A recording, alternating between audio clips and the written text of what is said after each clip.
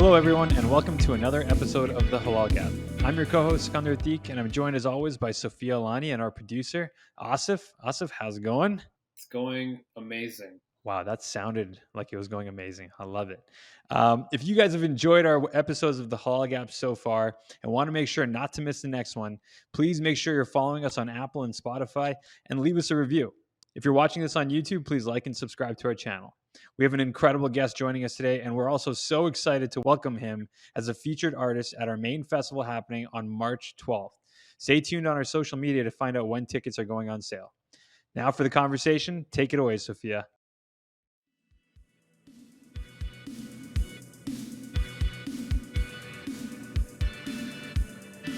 He is a world-renowned calligraphy and street artist who was named one of the top 30 public artists in the world.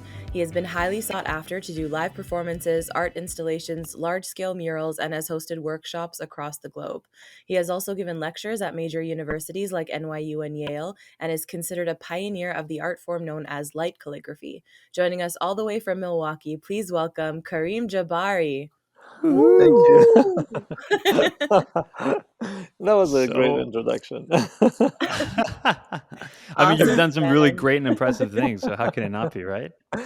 Thank you so much. It's a pleasure to be with you today. Thank you. No, pleasure is truly all ours. I mean, not every day we get a chance to speak with somebody who's literally a pioneer of an art form. So, very, very interested to learn more about your journey here today. Karim, we like to generally start right at the start with our guests, right? To get a sense of how their upbringing and their childhood kind of framed the context of their creative journeys. And we know that that you grew up in a town called, I'm going to butcher this, Kasserine? Yes, perfect. Is that close-ish? Nice. Okay, in Tunisia. Kasserine, What can you tell us about growing up in Kasserine? Yeah, Kasserine is a small town in central Tunisia. It's on the border with Algeria in North Africa, and I think it's known to be, a very forgotten kind of town. It's like underdeveloped, and it's like one of the poorest cities in the country. And it's in that environment that I grew up, kind of like looking for my identity in a way, just looking for the things that I love to do, the things that I'm passionate about, and that's my hometown.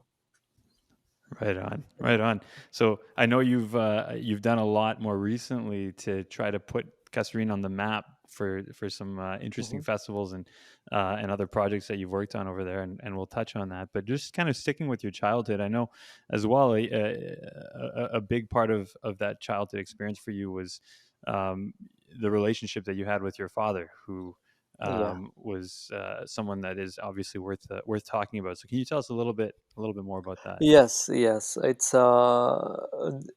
because it's everything is related when it comes to the art practice that I'm doing nowadays. I always say that my relationship with calligraphy and what I do is deeper than what most people think. I'm doing this like as a job or a passion or whatever. It's just part of me, and to explain that, I was, when I was 11 years old, I was kind of like a brilliant kid, and I just like had amazing grades in school and everything. And when I finished my elementary school, I was selected from my city to represent my city in like a elite school. So basically, I had like a top grades and stuff like that.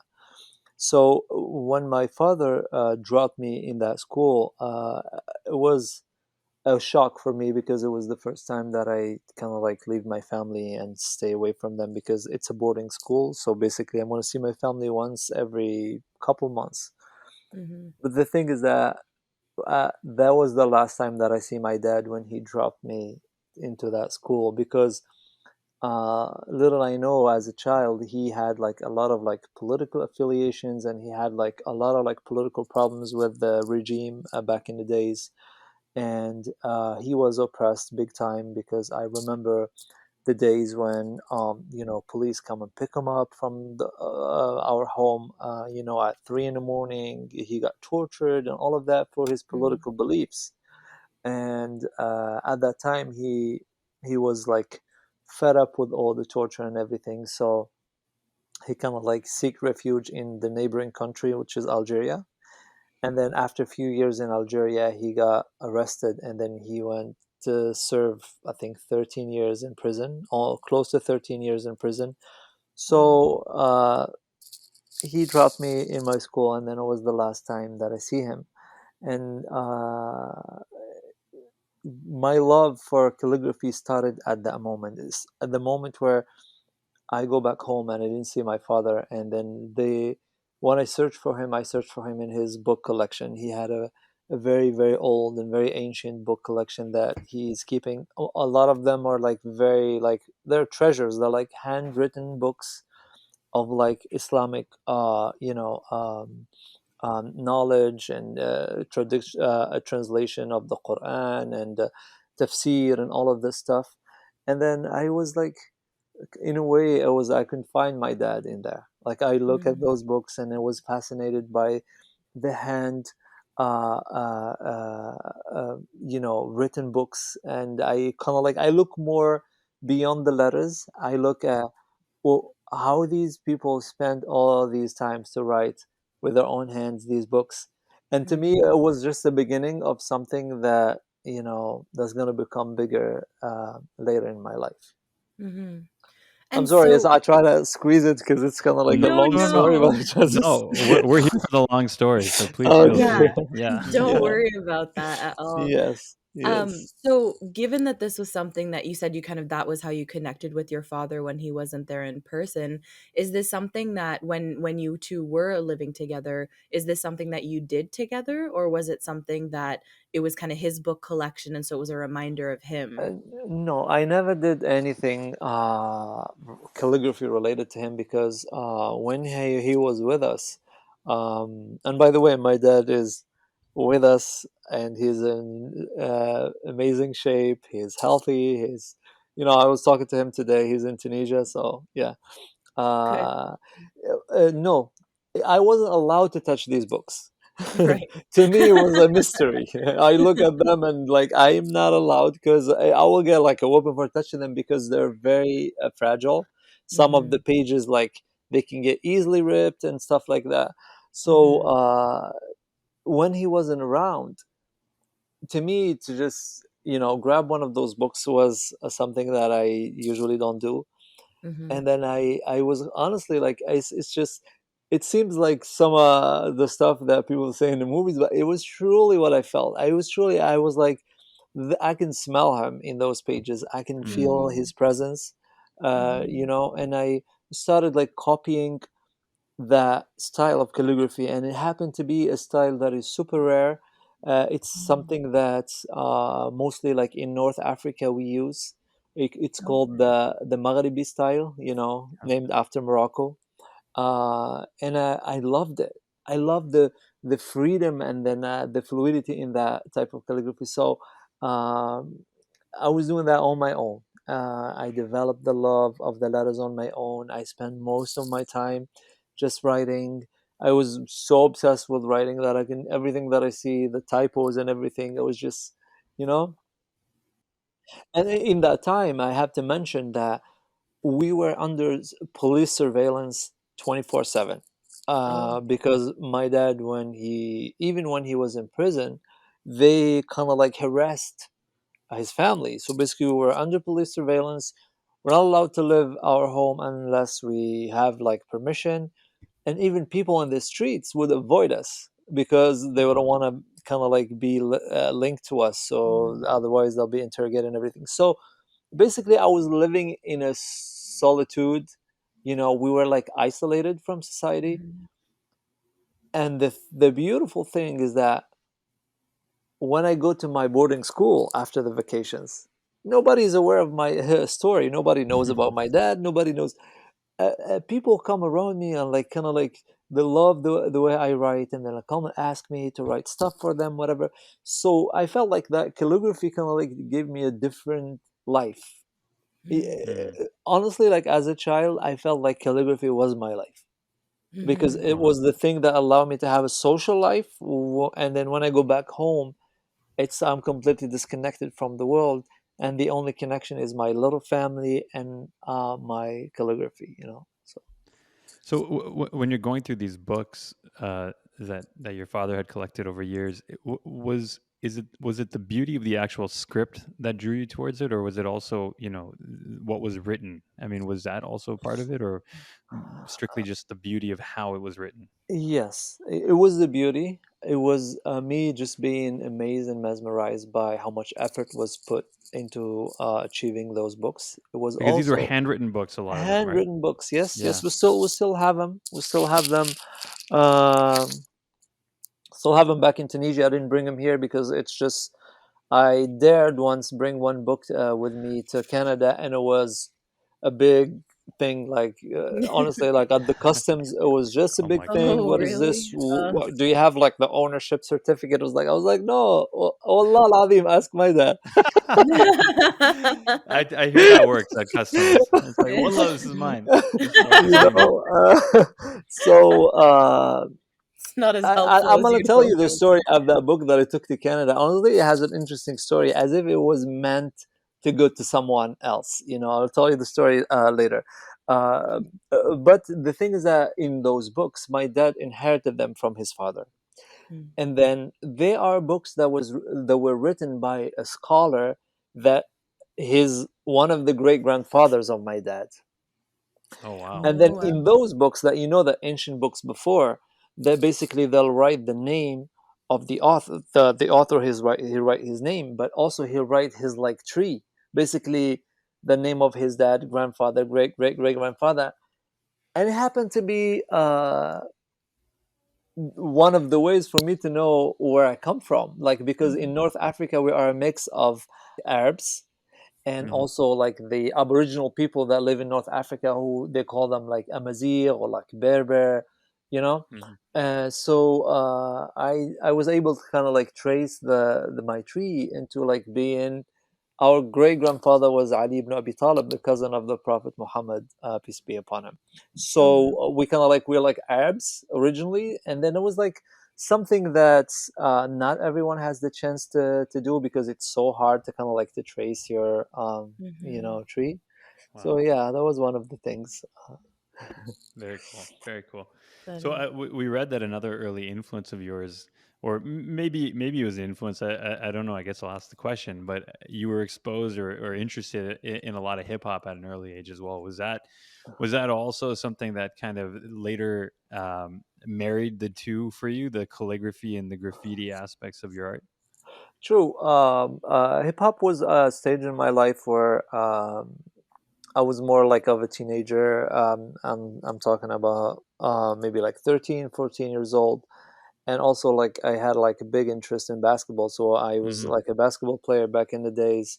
And it's all of this like these like influences. I loved the hip hop culture. I loved it. And even though I had no source to get. I mean, no internet back in the day, so I had no source to get, what's new on the scene and whatever. There was a show on the radio that airs once a week, and then once a week you see me in front of like my cassette recorder, just recording and skipping, the commercials. Yeah. And when I have practice, I have my little sister Asma. I love her so much. She's like the one in charge. Like she's the one who always records, for me the stuff. And there was appreciation for the hip hop culture because, honestly, like back in the days, it carries a deep message. It was Yeah, like a absolutely. voice, and it was like pure poetry. And then as and maybe like a lot of people don't know that poetry is in the essence of the Arab, heritage. We excelled in poetry like no other people did. You know, Mhm. it was also like one of the things that people would ask about. Yeah, well, why is the Quran in Arabic? I was like, the Quran was constantly challenging the people who reached a certain level of excellence, in Hmm. poetry, who were the Arabs, because they had like the richest language. And Arabic, honestly, like it was one of the things also that I kind of like translate in my art, that the Arabic language is truly the most complicated language on the planet. It Mhm. is super complicated that you can even compare it to any other languages, because it's so rich and it's so deep and so intense, as a language. So hip hop basically was for me kind of like an escape too, because in those years my dad was like in prison, and I was like Mhm. just playing basketball, just getting my head around so many new things and stuff, and trying to forget, was it was a kind of like an escape from me from reality in a way. Sure, Mhm. Yeah, sure. yeah, No, that makes sense. yeah. And you just touched on it right now that you were big into basketball as well, which, if we're not mistaken, you were pretty damn good at basketball too. I mean, getting if you, on some sort of a national team and playing university basketball, was that ever something that you thought you might pursue professionally? I was honestly like I had moments like dreams of like being a professional basketball player, but truly it was I didn't have the means to succeed. So I remember Mm. when I say national team, I remember we had like we were preparing for the beginning of the seasons with my hometown team, and the national team coach was like he came with his crew, and they were watching us the way we play whatever, and he selected me as one of three players to come and play for a national team, to kind of like start practicing and play.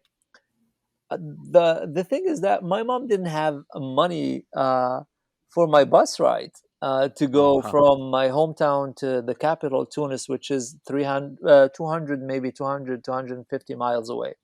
So we were financially like not able to sustain anything related to me doing that. So basically, I kind of like didn't pursue that passion. But when I went play in university, we were the national champions 2 years in a row. We won the cup 2 years in a row. We were like kind of like the best team in the country, and uh, but to me it was different. It was like, but you cannot make a living off basketball the way in Tunisia, the way it is right here, for example, in the United States.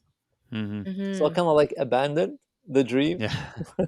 Mm. It was hard, but I did abandon. I'm still playing. I'm 43 years old now, and I play basketball all the time. And then so many times I play with these kids, and when I hear their age, I'm like, what? I was playing with this guy, and he was like fully guarding me and whatever.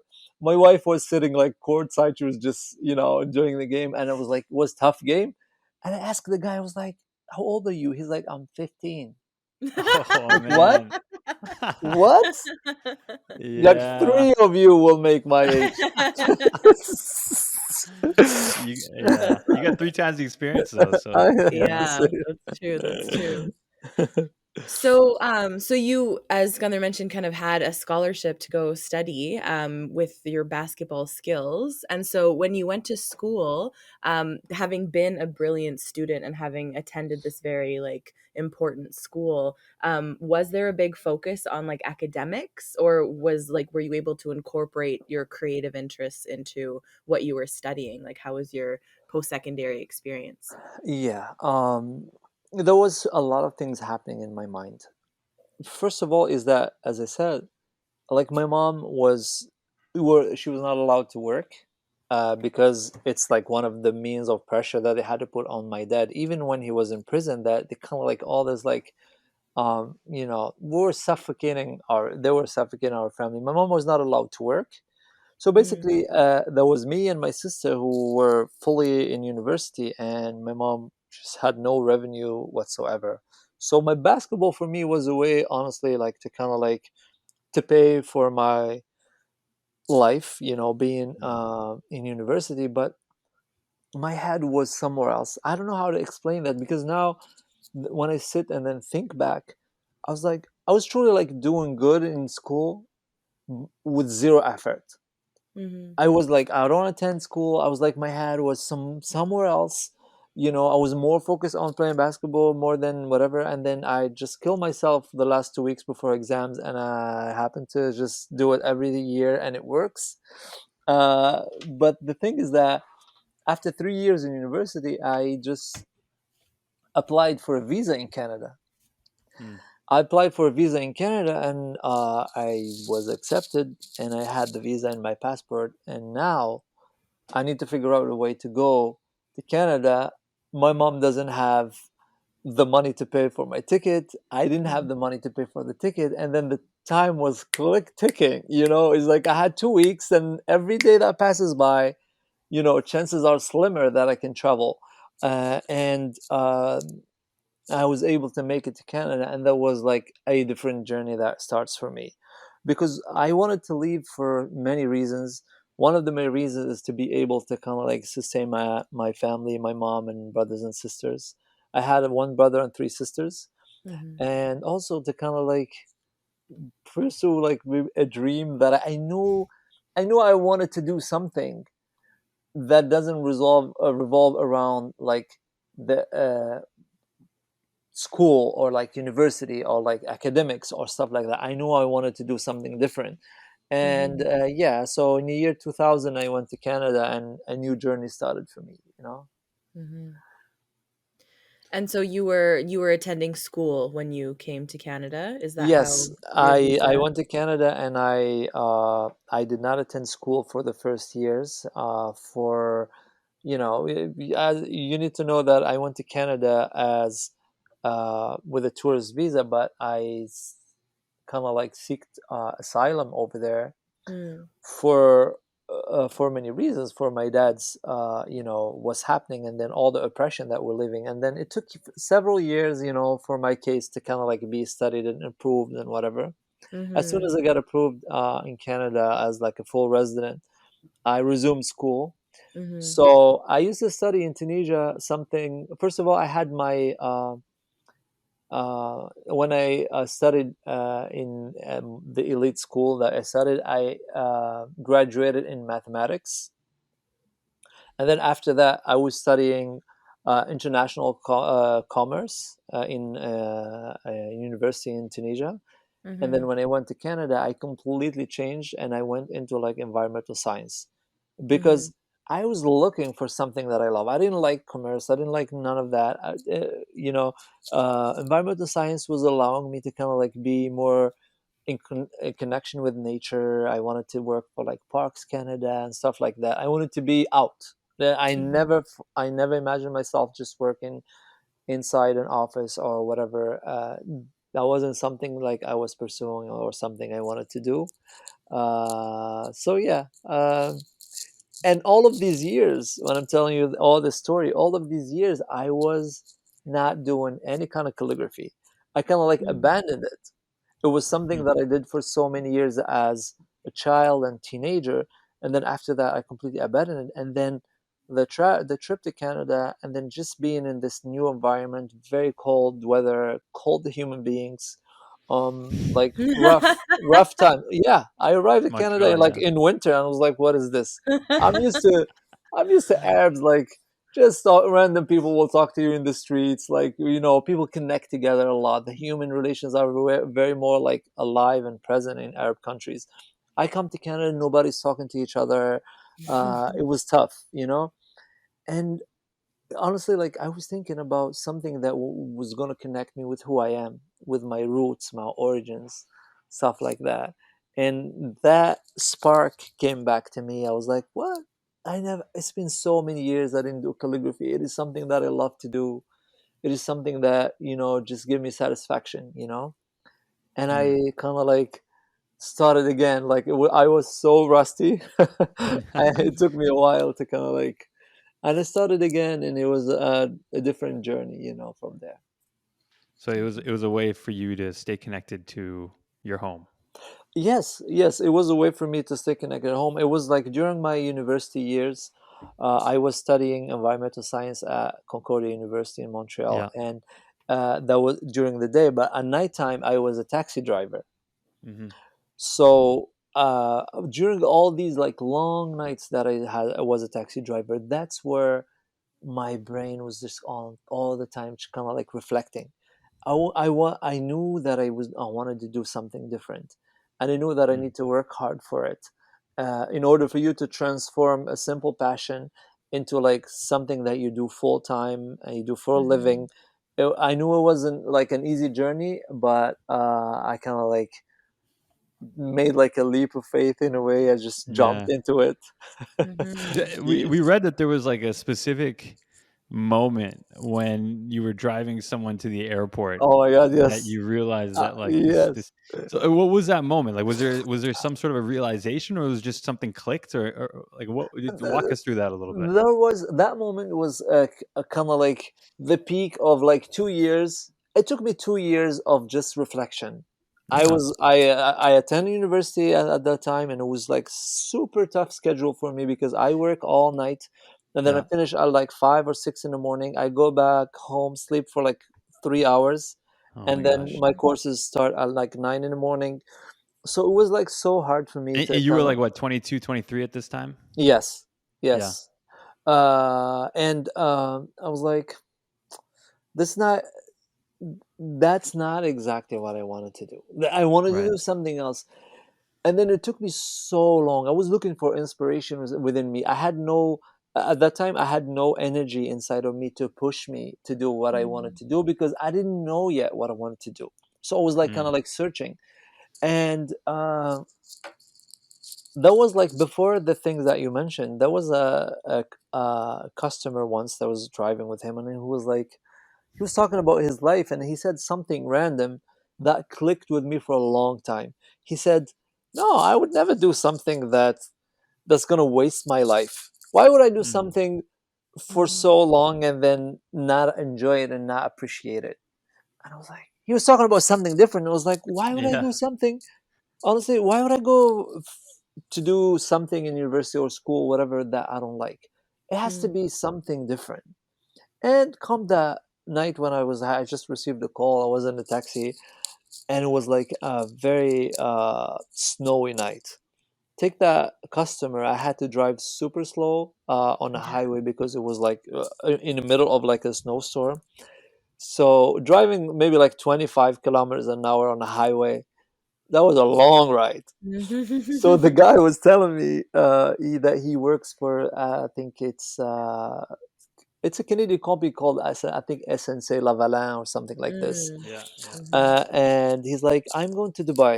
And I was like, oh, Dubai, what do you do? He's like, I'm an electrical engineer and I do this and I do that. And he said, I travel a lot and there's a lot of like business for us in Dubai.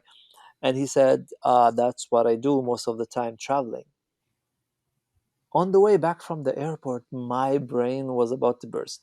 I was like, I wish I can do something that just allows me to just, you know, something that allows me to kind of like explore the world, to just, to me it was like a far dream that I honestly like. And it stayed with me for so long. I was just daydreaming. I was just every time I'm just sitting in a taxi, no calls, no client. I'm just waiting right there, and then looking for inspirations and stuff like that. And after that, I was like, you know what?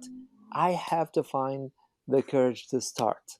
Yeah. It's hard. It's super hard because honestly, I always say there's a lot of people among us that don't even realize the talent and or the full potential that they have inside of them because they will never achieve it because they're afraid of the unknown. To Right. me it wasn't unknown. Okay, yeah, okay, I'm gonna write calligraphy. Well, okay, cool.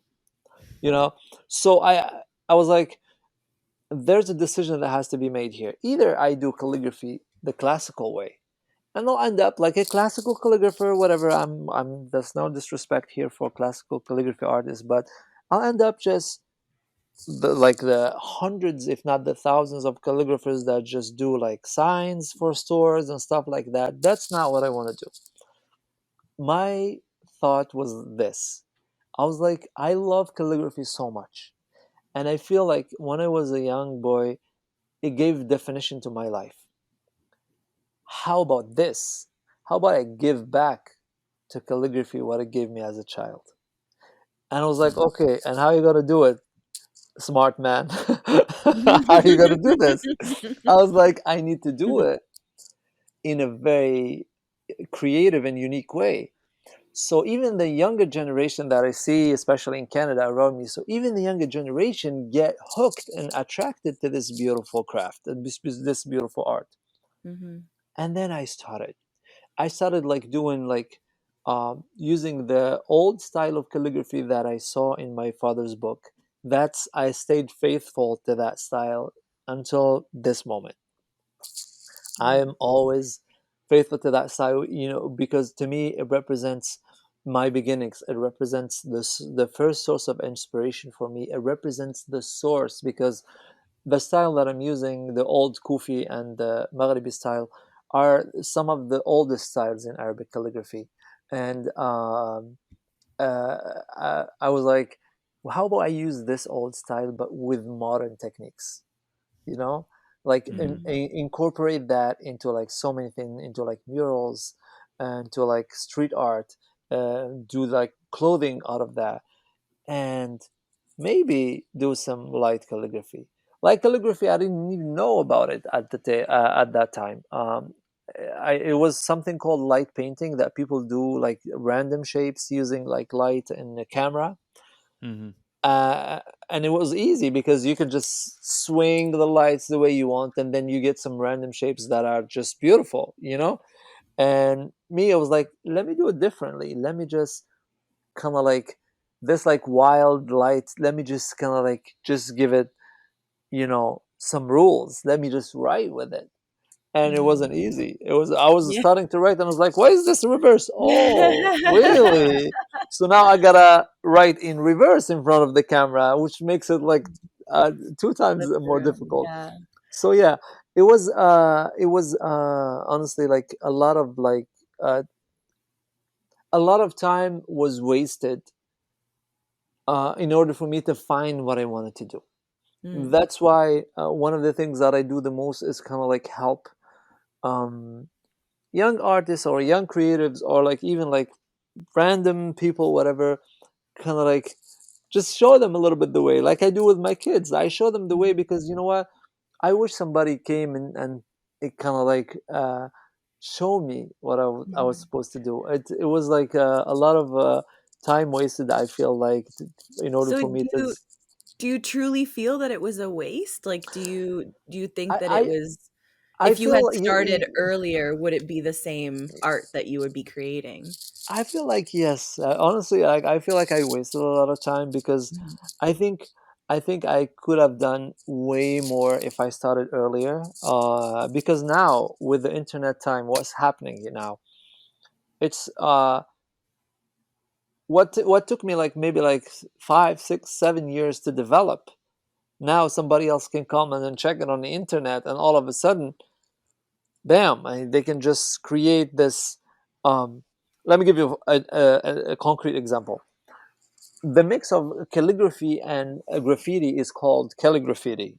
Okay, um, I didn't invent nothing. It's not me. Whatever, it existed there, especially in Europe. You where like they use letters into like murals and stuff like that. Mhm. There was a movement in calligraphy in the Arab world that I saw growing. I saw its beginning. And now all of a sudden there's thousands of these artists, thousands that are popping everywhere. Mhm. And each one of them claim being unique. But when you put them side by side, they're all doing the same thing. There's no essence, there's no soul to the work that they're doing because they don't understand the essence of art itself. People usually in the art scene are not interested in your work first. They are interested in your story. What led Mhm. you to that path? What Mhm. like they're when they make this connection between you, your story, and the work that you're doing, it has way more value. So I mean, in a way, it's just I felt like the internet help people a lot, especially artists. It's helping me too, in a very short amount of time, like being like on an international level and stuff like that. Mhm. But I feel a lot of them don't know like the struggle it takes. Really, like they don't know the struggle it takes. And I've seen some of these kids. I give them workshops, I give them workshops, and I initiate them to calligraphy and calligraphy and stuff like that. And then 2 years later, the guy is just like has like maybe like 25,000 followers, and he's pretending to be the biggest artist in the world. And they're like, they don't get it. They think it's not about that. Okay, I'm gonna have a question for them. How about tomorrow? There's no more Instagram. There's no more Yeah. Facebook. There's no more social media. What would you do? Mhm. You know, that's why it's like um, the work that we do as artists, honestly, like is just it's for us first of all. It's like for our enjoyment, for our pleasure, and I think also like when people sense and then feel how genuine you are about your art, there's like a deeper connection with your work. Hmm. So This is an interesting point because, and I'm gonna try to ask this question in a way that makes sense because it just came to me, and because talking about calligraphy and talking about how you mentioned that there's so many people who are able to create something beautiful, but it's more about the story behind it, the person, the connection between that person's story, the piece, and the artist that truly gives it weight. I'm sure you saw, someone that I respect. I know you respect a lot. El Cid had a post not too long ago about the Tunisia exhibit at the Dubai Expo 2020 and yes, how yes, they did him yes. real dirty, basically Hmm. taking his designs and just getting someone else to recreate it. Hmm. Which goes to what you were talking about in terms of there's the art and then there's the story, the intention, and the individual that goes behind the art that actually gives it meaning.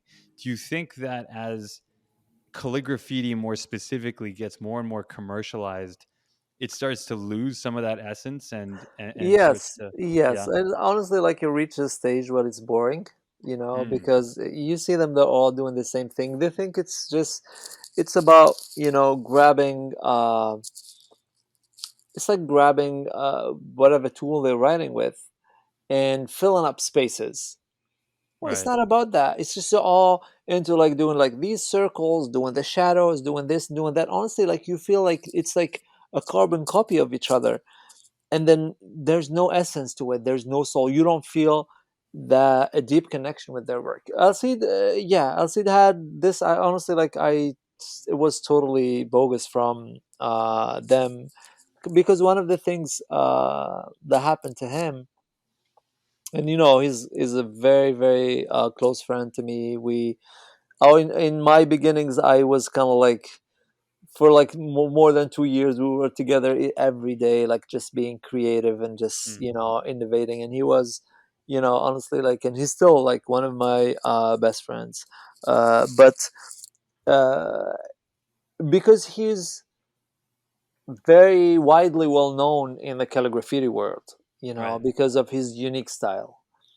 So basically when you start doing calligraphy, you feel everyone that start to practice, oh, Elseed, boy, let me try to do something similar to Elseed. And then when you grab the brush, you feel like, oh, this is easy. These are like the curves, because the curves are one of the easiest thing to do in calligraphy is the curves of the letter, which is like when you're writing, it's so easy for you to just go on a curved way rather than just kind of like respecting like the straight lines and filling up the spaces with something that makes sense, with Mm, true letters, not with just brush strokes. That's what all of these people do. That basically they'll put like a letter or two, and then they'll fill up the space with small brush strokes. This is like a technical thing when you do graffiti, calligraphy. I don't have a brush nearby. Oh, I have. Yeah, I have a lot of brushes actually. Yes. perfect. Okay. Let's consider this like big mop marker, whatever, as a brush. Okay. I don't know if you see it. It's Yeah, we right can see there. it. Okay. Yeah. Perfect. So there's something super easy here. When you're trying to write, if you're with the right hand, when you're trying to write this way, it's very uncomfortable compared to when you write this way.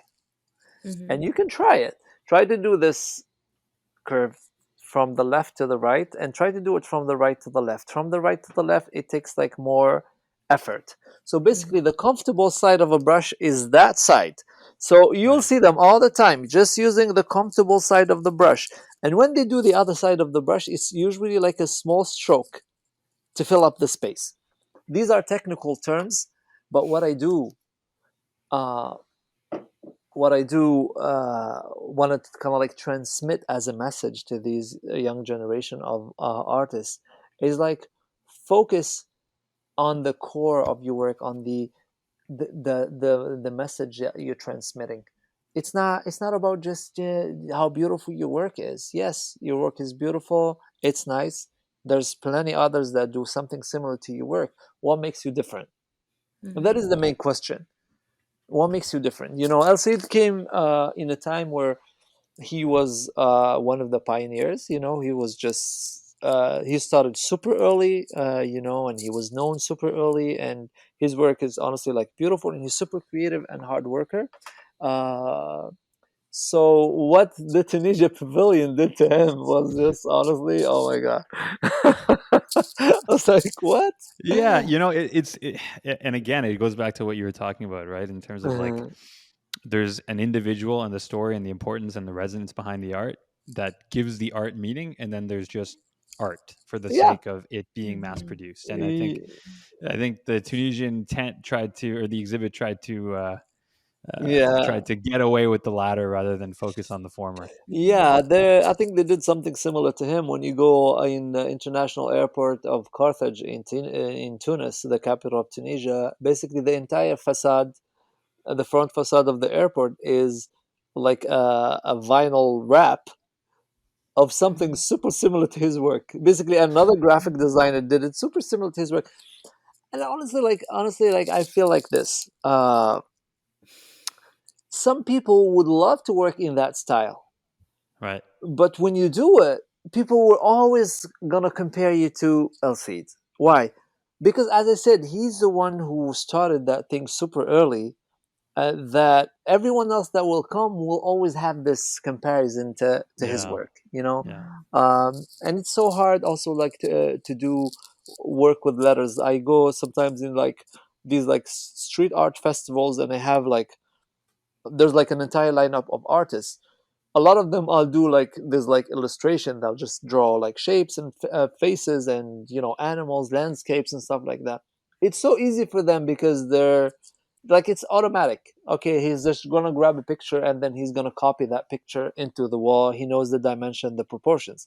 When you work with letters, it's super hard. I'm Mhm. always the last person to start my mural in events like this because I'm just turning left and right, and I don't know, the sketch turned out to be different and I need to just come up with something. It's always hard to impress when you're just using letters, very, very extremely hard. Mm. So, So what I know we're going to continue on with your journey again, but I just, based on a couple of the things that you said, I just have a question. So you kind of mentioned that, like, a lot of people won't pursue art necessarily in this lifetime because they're afraid. And I think some of the conversations that we've had on this podcast with other artists are very much around the fact that, like, it's very much a luxury sometimes in certain circumstances in certain people's lives to be able to focus on art. And it's very much a thing that, like, it takes a lot of sacrifice, and it might not necessarily lead to, you might have financial struggles until you get success, and that's a risk to take and everything. And then other people on the podcast have very much, rather than viewing it as a luxury, have been like, no, this is a necessity. Like, this is like in me, and I have to produce this art, and it yeah. has to be done in this particular way because, like, it just, there's no other choice. Like, I didn't have a choice to do something else as my job. This has to be it. And I think that there's like it's an interesting difference, I think. And I think it's also a difference even just within, like, Eastern and Western philosophy of, like, what art is and what work is and, like, what that needs to mean for our lives. And so, like, what do you think? Like, do you think that it's an issue with our society needing to be more appreciative of art as a form of, like, human expression and a thing that comes naturally to us as human beings? Or is it like the person and then on an individual level where you need to, like, fight for it? Like, what do you think on that? Yeah, that's an amazing question, actually. And I'm going to make the answer very kind of like specific. Uh, we didn't grow up in an environment that appreciates art. Hmm.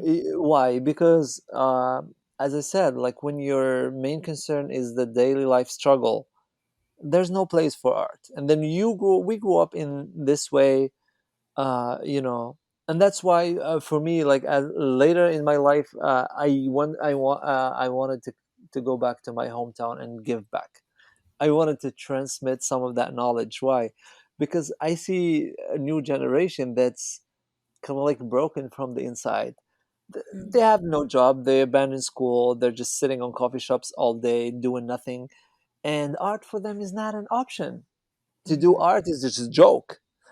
So I came and I developed that project on, maybe like we'll talk about it later, but I developed that mural project in my hometown, which is the longest mural in the country back in the time, in 2013. My main focus was never the mural. The mural was just a tool that I used to kind of like build these kids from the ground up, to build Hmm. what's broken inside of them. I always gave them undivided attention. I always encouraged them. I sketched for them and then let them finish the piece themselves.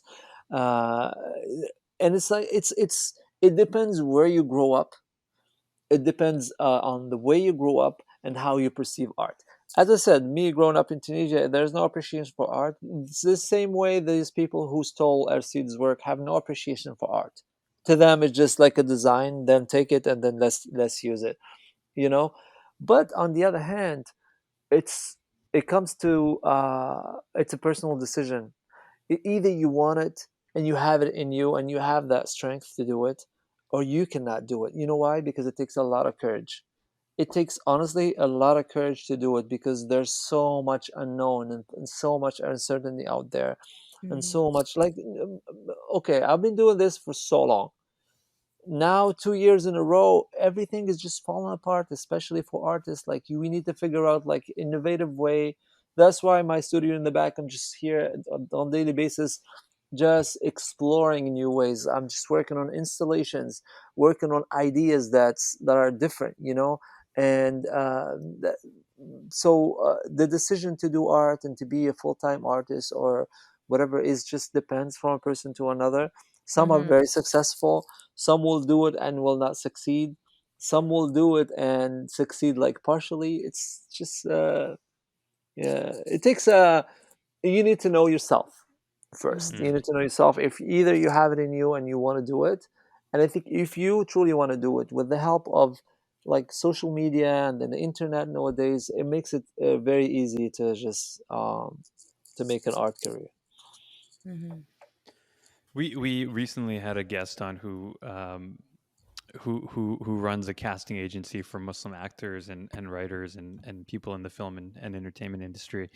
And one of the pieces of advice that she gave was, um, be okay with doing this as your side hustle until you can make it your main hustle. And I know that's again, that's a philosophy that, as Sophia has touched on already, that some people have on our podcast kind of backed her up on, and others have felt very much that you just got to go all in. And I know in your experience, you went all in after you kind of made that conscious choice.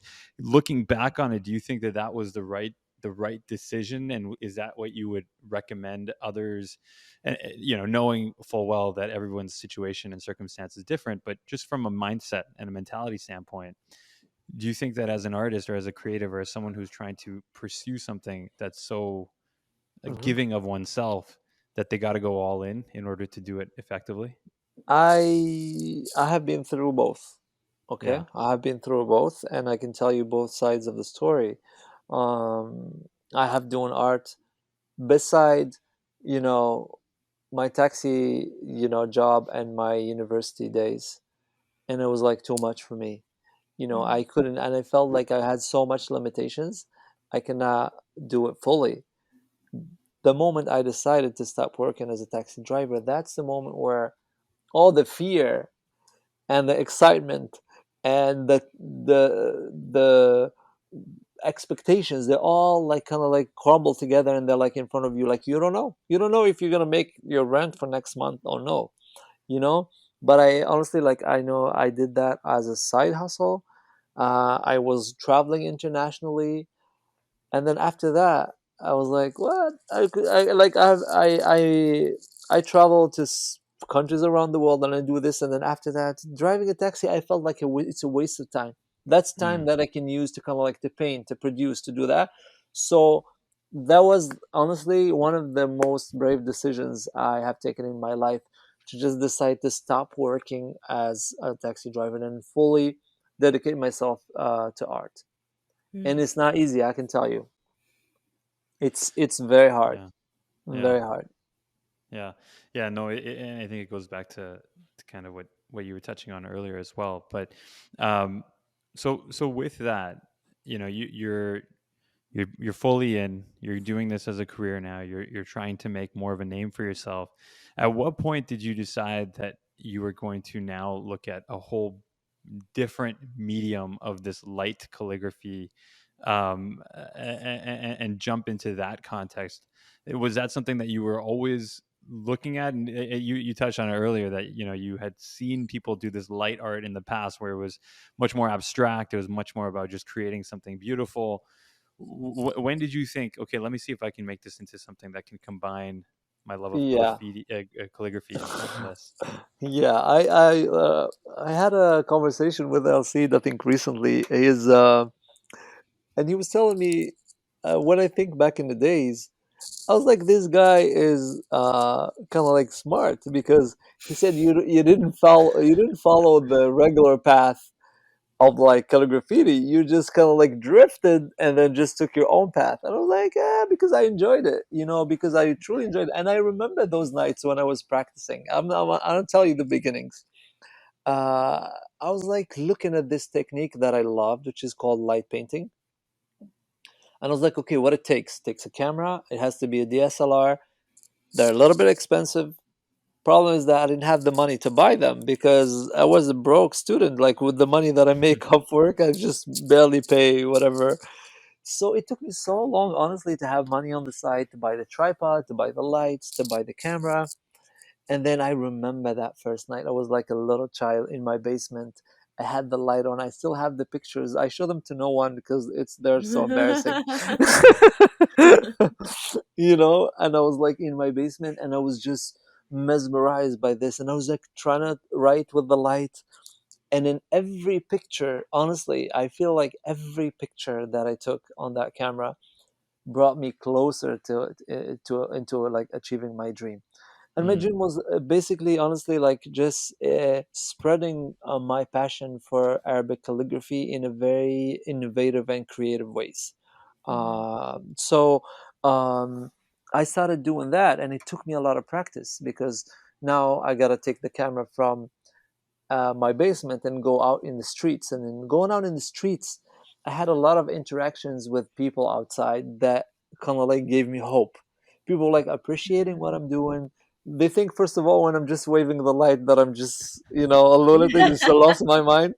And then they look at me like this, Bismillah, what are you doing? So as soon as I'm done, I'm like, oh, you come check. So as soon as I just turn off the shutter, they see this kind of like artwork coming to life, and they're like, what? And they stick around, they see me do it again and again, and after a moment it's like, would you like to try? And then they'll try. So these connections this is like the kind of like the little push that kind of like kept me trying and trying and trying, because it's not, trust me, it's so hard to write with light in just an open space like that. You have like no reference, you have no lines, you don't know where to start, where to begin, you don't know. You write the letter, and then what are you going to put the dot? And then you gotta use your body as like a reference. Your Mhm. mm, steps need to be calculated, so in order for you to go back on a footsteps and know exactly where to put the dot, or like kind of like to bring corrections, uh you know so um it's just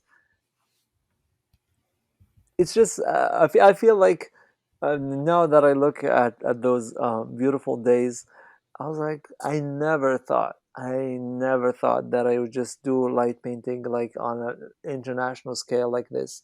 I had mhm, like my work like, um, in like mega events, like projected on these, like I had like massive like DJs just project my work on like these, like just one of the biggest like stages you see in your life, and you see like my light calligraphy coming in and out. I use my light calligraphy even like in a very creative ways. I use them as murals, and Wow. it was like an idea that came to me. I was like, you know what?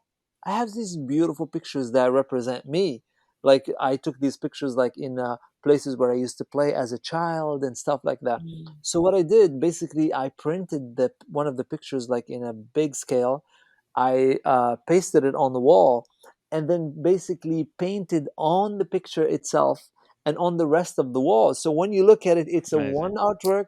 People have no idea what it is. Like it's just, and it's mixed media on a wall, and it's like a creative way for me to use those pictures and not let them just on my hard drives and stuff like that. Yeah. So mhm. That's incredible. And I know you've been over time innovating and innovating and innovating to, the technical aspect of this, right? Like this is as much a feat of technical engineering as it is an art form.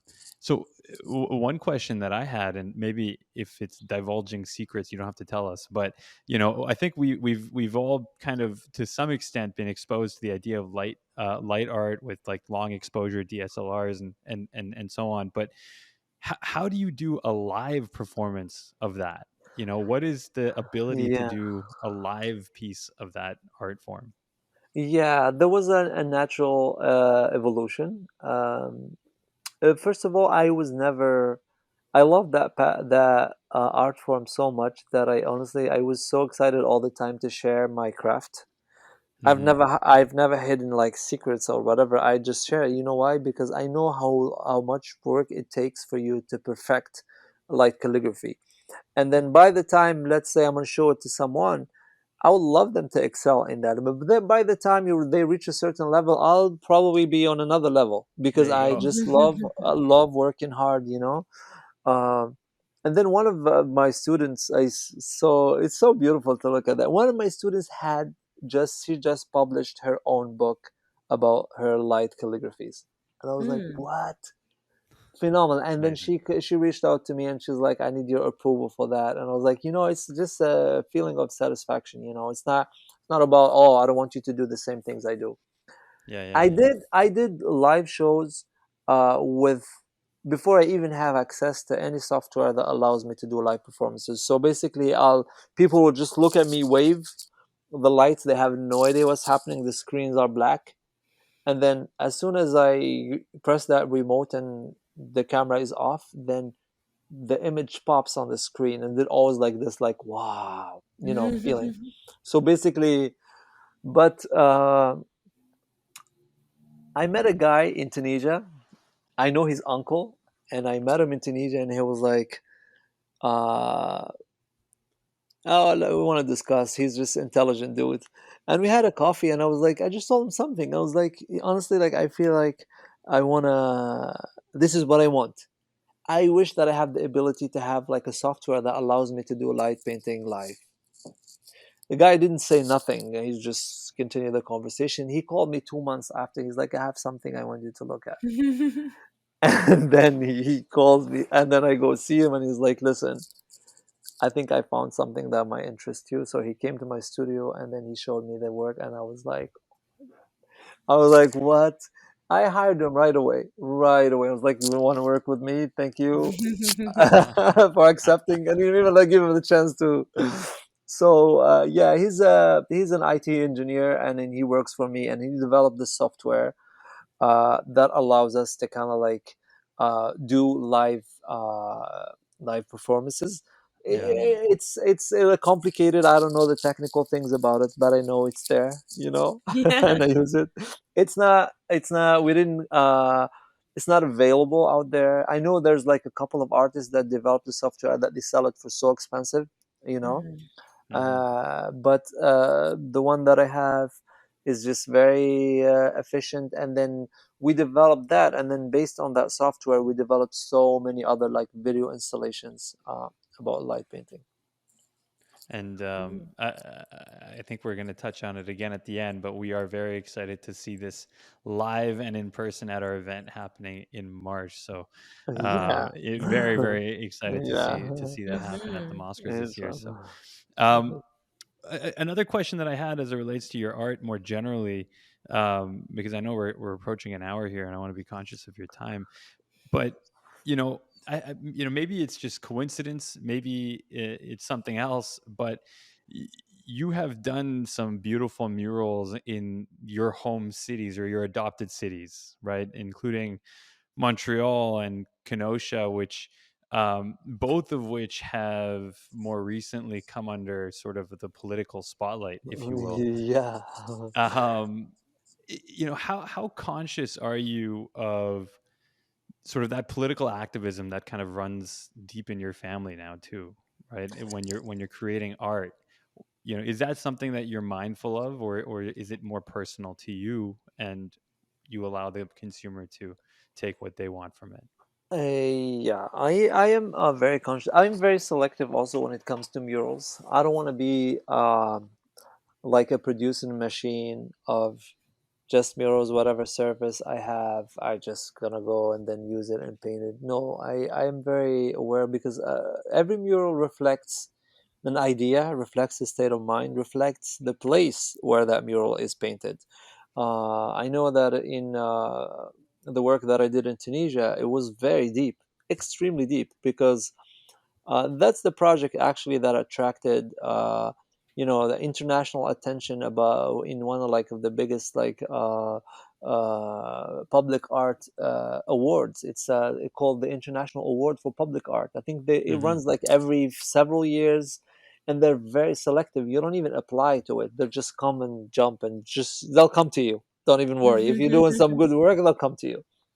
So the project was like basically I didn't there was like these like the Arab Spring happening, and it's kind of like the spark was in my hometown, and I was in Canada, and they hear the news that my uncle was shot dead by one of the Mm. snipers. And it hurt so bad because being away, I didn't have the chance to kind of like leave to live this like trauma that even the closest people to me were living, like my family, my mother and father, my sisters. Mhm. So when I came back in 2011, I grabbed my light and I was like, you know what? Let me just, go out and then kind of like trying to, I don't know, like I just wanted, I asked them one question: show me where my uncle was shot dead. So they showed me the place, and I waited until the night, and then I grabbed my tripod, camera, light, and then I went there, and it's kind of like in the same spot that he's dead. I was like kind of like write his name. His name is Ahmed. Mm. Mm. So I had all these people gather around me, and they were like, they thought I was the media, and I told them exactly what I was doing, and then they loved it, and then each one of them was like had like a friend because I was in an area where there was a lot of young people who were shot dead during the Mm. uprisings that happened in Tunisia. So each one of them was taking me to the place where a brother, a beloved one, a friend was shot. And then, I was like, you know what? Here's the light. Why don't you just write his name? Mm. Kind of like Mhm. immortalize his name in that same spot. Just write it with light. And trust me, there was a gathering of like more than 100 person like around us, and we were doing that. It was like very emotional and very deep. And that was a project that gave me the idea, or gave me like the strength to kind of like push forward and then give more to my hometown. And then after Mhm. that, I created the Towards the Light project, which is the longest mural in the country. And right after that, few months after it, I uh, I came up with the idea of this street art festival, which is the first one in the country, the biggest one in the country back in the days. It's called Streets Urban Festival, and it was just the city was not used to that. The city, everyone was just surprised, like, how are you doing this street art festival that big in the poorest city in the country? Are you crazy? I was like, yes, I'm doing it, and I wanted to kind of like to give back. I wanted to do it, and then it's just it's always a way for me to use my art to express my thoughts, my ideas, uh, and sometimes it's not very explicit.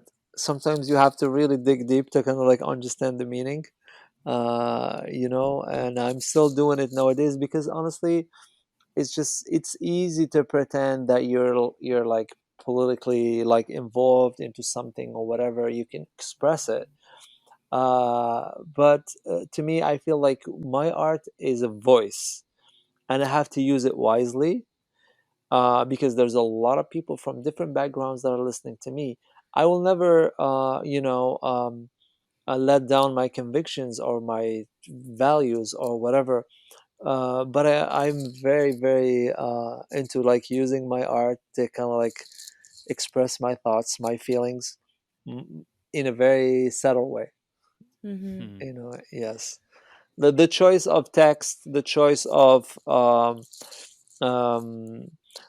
medium, the choice of a location, the choice of colors, the choice of it's always very thought of. Like I spend a lot of time like Intentional, thinking intentionally. Yes. Mm-hmm. And so you've done so many different amazing things with your calligraphy. And so do you have one particular project that you're most proud of, or that kind of has the most meaning to you? I think the mural that I did in my hometown was honestly the project that I loved the most because it took a lot of my time. Oh, it took us 45 days to achieve the work over there, but Mm-hmm. it was close to my heart. Why? For other reasons. Mm-hmm. Um, the mural was on the prison wall, and the prison Oh. was sitting in the heart of the city. Everyone was looking at that prison like as if just because everyone has a family member that's sitting inside of that prison. It Mm-hmm. was like a kind of like a scary thing that you cannot avoid. Every time you're gonna walk across the city, you're gonna pass by that prison wall. So the prison warden, whatever you call it, he reached out to me, and I was like, I don't even know why. And he's like, listen, we have this wall, we want to do some work, we see that you work, can you do that? I was like, yes, I can do that, because my dad spent the last 2 years of his sentence in that prison. Mm-hmm. And to me, it was always like a mysterious place, a place that I don't even want to know what's inside of it. So I painted in a way an artwork that's gonna help that wall disappear. I wanted an artwork that helped the word disappear, and then the core, the center of the message that I have written over there is I written a poem by a very well-known Tunisian poet. His name is Abul Qasim Shabi, and in the poem there's a verse that says ألا انهض وسر في سبيل الحياة فمن نام لم تنتظره الحياة. Get up and strive in the path of life. Just work hard, because life will never await those who are asleep. That was a message to me, to everyone in that city, because they're just sitting there complaining about their situation, waiting for change to come from you know somewhere else, and they don't even try to change themselves. That's why I said that project was just very, and it had a very, very wide international coverage. Basically, it allowed me to transmit my message internationally. It allowed me to put my hometown on the map, and that's why it's just What's the name of that piece? towards the light.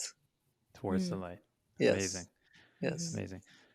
Kareem, this was an incredible look into your journey, and we Thank appreciate you. you sincerely for taking us on it.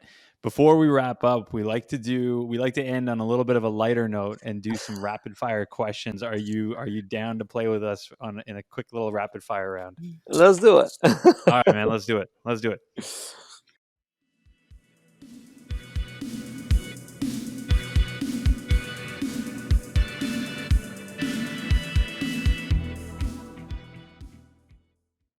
So these All are right. 5 questions I'm going to get, which have very little relevance to what we've been talking about. All right. First thing that comes to your mind, that's what you just hit us with. All right, Okay. Let's go. Okay. So the first question is, what is your most rewatched movie? Friday. Ice Okay. Cube. Nice. Would Friday after next and next Friday be shortly after that? Yeah. I just watched Friday recently with my wife, and I was like, Amazing. you know, I watched this movie more than like 30 times. Okay. All right. Right on. Okay. This Amazing. next rapid fire question is a little bit relevant to you because we heard that there's not a lot of McDonald's in Tunisia. So we're wondering, where was the first place you ever ate McDonald's? Canada. In Mm. Montreal at the age of Montreal, like yes. 21, eh? Yes, Amazing. yes. What are your thoughts? Anything to Oh share my about God, I that hate experience? McDonald's. I hate McDonald's. I'm more of a Chick-fil-A dude. Oh, I respect that. Respect that. Okay, next question is, what's the most expensive thing you've ever broken? Oh, well, I broke my cars all the time.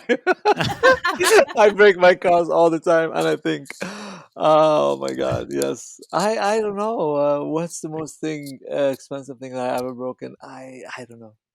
Car is pretty good one. Cars, Cars yeah, is yeah, pretty yeah, good. yeah, That counts. yeah. Yeah, I think car is pretty up there, and then we had one guest tell us he broke his house, which was also Oh up my there. God, broke his Yeah. house. That's a little bit hard. Yeah, I have the same car in Tunisia and here in two different colors. I have a white one and a black one, and Nice then comfort. that's an easy way for me to know if I break something here, I'm gonna avoid it on the other one. Nice. Good to know. I Good can to know. even That's swap good. pieces, parts. Yeah, you just bring it with you when you cross Yeah, the on the border. plane. Interchangeable. Amazing. Okay, question 4. What is an album that had a lasting impact on you as a child? Oh I my know we God. talked a little bit about your hip hop. Yes, a French hip hop album, Demain c'est loin. The group is I Am, which is one of the pioneers of French hip hop. That was an Mhm. album that truly like shifted my life. And Triumph album, Wu-Tang Clan. Amazing. Okay, I'm Yes. gonna look into this Amazing. French album. That's Oh my God, yes, yes. It's still they just did a concert recently that I was watching like in uh for the last days. It was the 30th anniversary 30th anniversary of their album. Oh okay. wow. That same Okay. album right there. Yes. The group is called Awesome. I Am. I am. I am. Perfect. Yes. Okay. And last question, what is your favorite way to eat potatoes? So like fries, mashed, whatever. And so I many al- options. I always put potatoes in a wrap, and then when I'm grilling, I Ooh. just let them cook right there. And especially, I love eating sweet potatoes.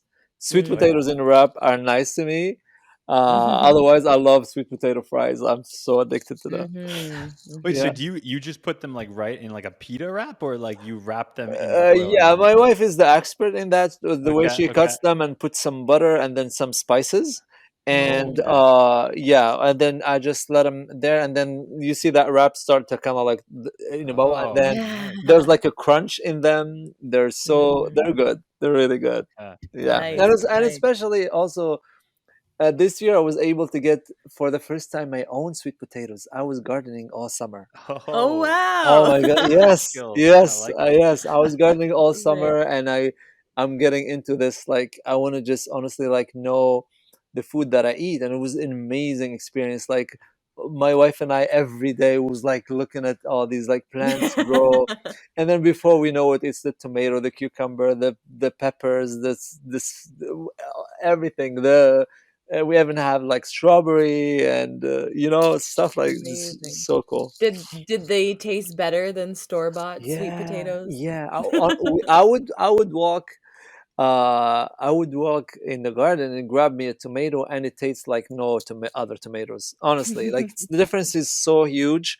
There's some of the sweet potatoes that I left for so many days. Nothing happened to them. Still taste so good. They're tiny though. They're tiny. I need to figure out a way to make them bigger.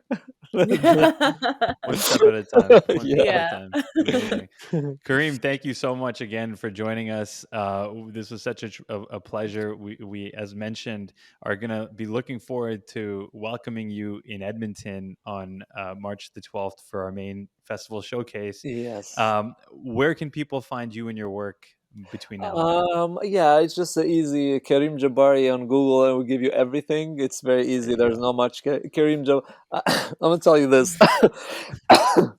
I so basically, my dad's name is Abdullah, Okay. and my name is Karim Jabbari, and the middle Yeah. name is Abdul, Oh boy. whatever. So I go to I was watching Kareem the Milwaukee. Abdul-Jabbar, hey? Yes, I was watching the Milwaukee Bucks game, and after the game, we were leaving, and then there was like this merch, Karim Abdul-Jabbar merch. My wife reached out to the woman. She's like, "Listen, my husband's name is Karim Abdul-Jabbar. Would you give him a discount?" That lady was so laughing. She didn't believe her. She saw my ID. She's like, "Oh my god, but I cannot give you a discount." That's too good. Yes, That's That's yes, too awesome. good. yes. Yeah. So it's my website is karimjabbari.com. There's Perfect. the links to social media and everything over there. So So that's Jabbari, not to be confused with Kareem Abdul-Jabbar. yes, Um, yes. and everyone can check out your incredible work then online. Thank you so Awesome. much. Amazing. I Awesome. appreciate. Thank you, I Kareem. appreciate it. Thank you. you. We hope you enjoyed today's episode of The Halal Gap. Stay tuned for more episodes. The Halal Gap is a Mosquers production. You can find us on Instagram, Facebook, Twitter, and TikTok by searching Mosquers Film Festival. Thank you to our sound and video editor, Arish Jamil, our tile artist, Nermeen Sayed, and our producer, Asif Qureshi. Please rate us on Apple Podcasts and Spotify, and if you're watching on YouTube, please like and subscribe. If you have any questions or comments about our podcast, you can email asif@themosquers.com. On behalf of Sofia and myself, thank you for joining, and we'll catch you next time.